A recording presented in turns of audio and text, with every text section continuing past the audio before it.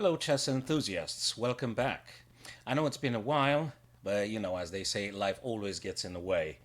So here we are now, back with the Alekine defense. So what I'm going to do, guys, is that I'm going to take the main lines and I'm going to explain as much as I know myself about it, and then I'm going to add a game. I'm going to illustrate by a game played in between people with expertise in that particular line of the Alekine defense. Now, judging by the name, you may assume it is about, the name comes from Alexander Alekine. I think for ease of reference for the Anglophones, it's been suggested Alekine. I think originally it was sounding differently, like Alekhine or Alekhine.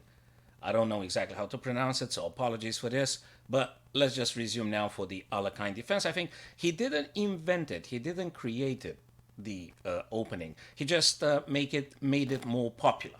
I think around 1921, 25 or something. I can't remember exactly. I think it was a tournament in Budapest when he firstly played it in an official match.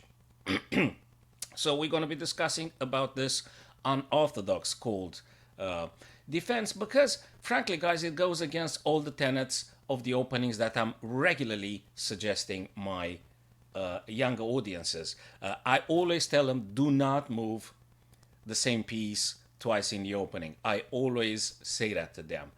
But in this very exceptional opening, you're not going to move it twice. You may be moving it even 4 times the same piece in the opening. And this is an exception. And there is a lot of reason, a lot of meaning behind you doing that. So let me just explain. I'm going to use a game that was played in 2016 in Belgrade, in between a FIDE and an international master at that time, if I got this one correctly. So let's just talk about facts now on the board, my chess friends. So we're talking about e4 here and knight f6. So that's the stuff we're going to be discussing.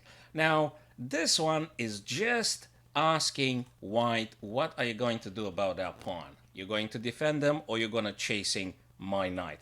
Briefly, before we get into the game that I'd like to talk to you about, let's just assume that after e5, guys, you will never play the knight back on g8. So just want to clear this out.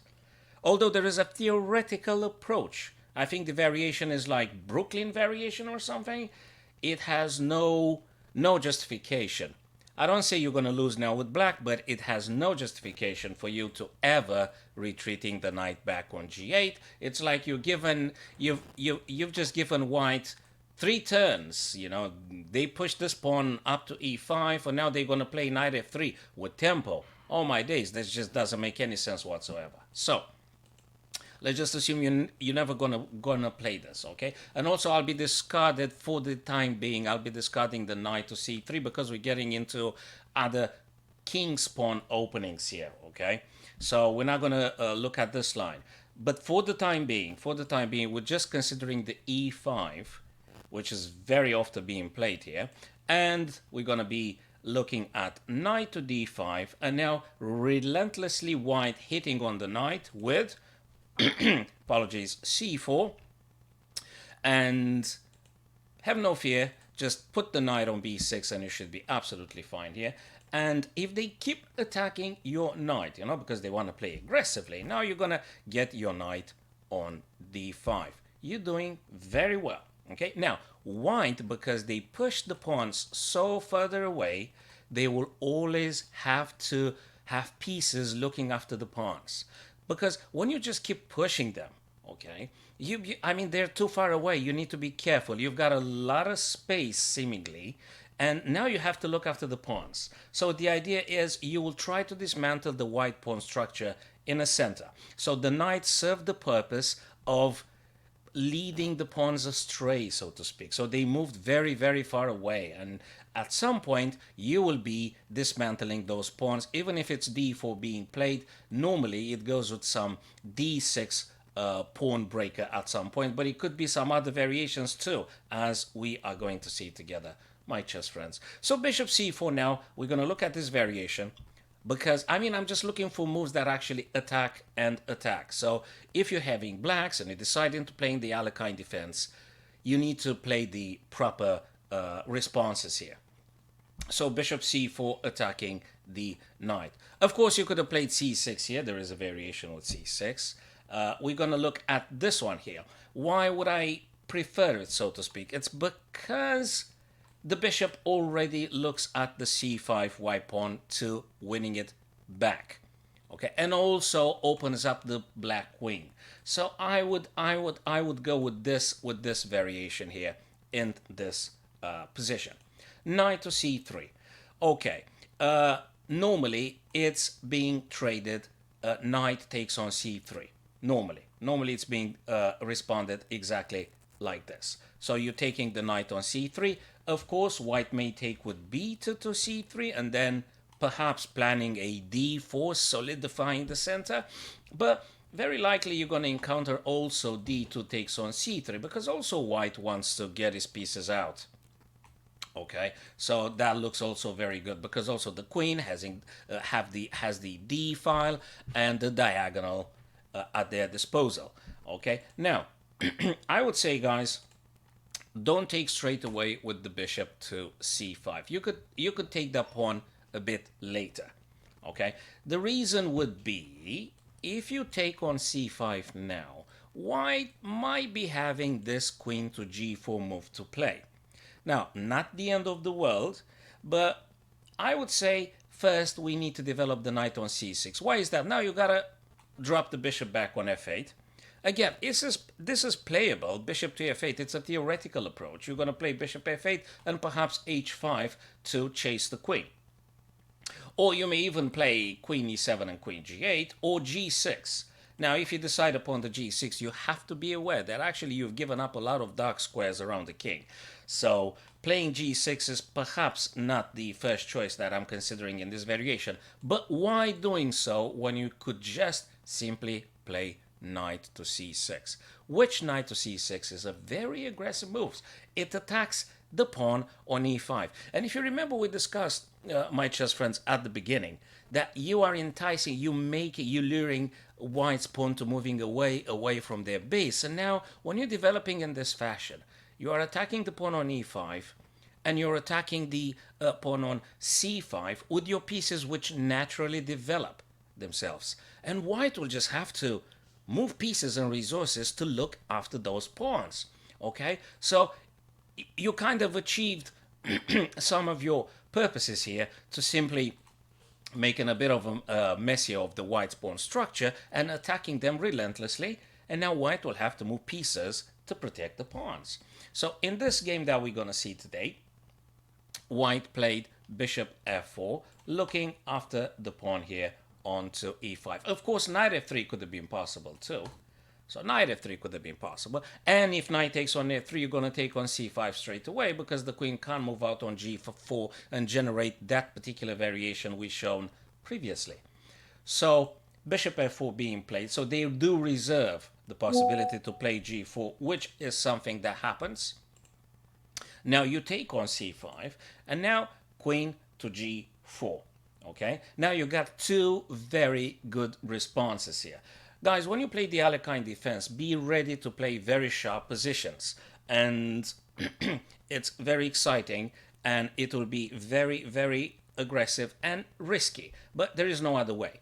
Okay, so you've got to play chess like this. So after queen to g4 here, you've got two, if not three, very good variations to consider, guys. So you got a bishop to f8. Nothing wrong again, bishop to f8. Perhaps you're going to attack the queen with h5. And you've got the very, very interesting and very attacking, and looks so unexpected, perhaps, if white hasn't played very often this variation. They may not be familiar. Okay, so I'm talking about g5. Look at this super crazy move here. Looking, but actually it's very reasonable. G5, amazing stuff here that you guys are ready to play. Now, queen might take on g5, so there is also a possibility here with queen takes, to which you're going to take back with the queen, bishop's going to take, and rook to g8. And this rook will be attacking on g2, okay? And you already got a bishop making pressure on f2. So all sorts of attacking ideas will be spring to mind if this variation were to be played. And in our game, the player with white took on g5 with the bishop here. Now, rook to g8, which obviously, as you might imagine, aligns the rook on the same line with the queen, and the bishop is, how to say, attacked twice by the queen and by the rook. Of course, white should be taking straight away on d8 here. There's nothing wrong with this one. Don't get me wrong. Bishop takes on d8. And now you're taking back whilst attacking the bishop on c4. And you also attack on g2. So that's a very good response here by black. Now, they can't afford to take on c7. I mean, if they play bullet or hyper bullet, they might be going after the pawn, which would be a disaster because rook simply takes the bishop on c4. So they shouldn't be taking on c7, rather bishop e2, because you need to save the bishop and you attack the rook with tempo. But as we've discussed previously, the rook's going to take on g2. And now you've got a nice double attack on f2. Okay, so that's very good. This is very good. I mean, look at the state of this game. We've started, neither color have castled. There is a vague possibility for black to castle long in some Alekhine variations. We're going to take them one by one. And we're going to illustrate, as we said, guys, with a game per variation. So perhaps it becomes a bit more familiar for your future games. Now bishop can take on c7. All right. And b6. That is a possibility. You could also play something like rook takes on f2. You could do that too. You could do rook takes on f2. There is a sideline with the b6 here being played, which black, I think Lukic, if I pronounce this correctly, the Serbian, so they are Serbian players. So it could be rook takes on f2, nothing wrong. It's very much favored by the engine as well. b6 is a sideline at some point that black may play. Now, I reckon the reason for black to choose b6 is because they want to get a bishop on b7 on long term and try to do something along the b7 h1 diagonal. So I guess that probably was at the back of their mind, or probably that was the plan that they had, to be playing exactly in this position, because these are already international masters and they have prepared, especially, and I suppose very much they know each other and they know the lines they play, so they just try to surprise one another with different sidelines here. Anyway, b4 being played, awesome stuff, because actually you are attacking exactly the bishop that would support the rook if they were to take on f2. So you got to be careful about this one, but here comes the solution. I don't know if you've seen it. Bishop takes on f2. And now you might say, yeah, but the king's going to play on f1, attacking both pieces at once. But hey, rook takes on g1 with check. You took a piece. And obviously now, in case you're being taken, well, they haven't taken. They could have. They could have taken with the rook on g1, but that's better for black if they capture with the rook. So white chose to play king takes on f2. Now, although the engine recommends to drop the rook on g6, from a human perspective now, if you were to trade on a1, which is the move that black decided to play, actually you are forcing white to moving the rook exactly on the right-hand side, a bit further away from the action which takes place on the king side here. So probably that was the reason that Lukic decided to play rook captures on a1 rather than g6, which is given by the engine here as being better. g6, g5, better squares. So they took on a1 and the other rook take. Again, the explanation being you want to send your opponent's active pieces away from the operations theater. Bishop b7. Finally, after some point, the bishop gets in the game. Now you can probably notice, guys, that this is a little bit scary, this kind of ideas here. That might end up very badly. So you got to keep this in mind. That's a bit of an edge for white at this point here. And look at this one. Rook g1 only means rook g8. And this is something you need to react pretty much now. which knight exactly this purpose serves. You are to stop any checks and any incursions of the rook for the time being, at least. Okay, so c4 now being played, perhaps not the best move here by white. A move that actually probably would have liked to just stop the rook from coming down at some point, just making sure that you've got a nice diagonal here for the light square bishop.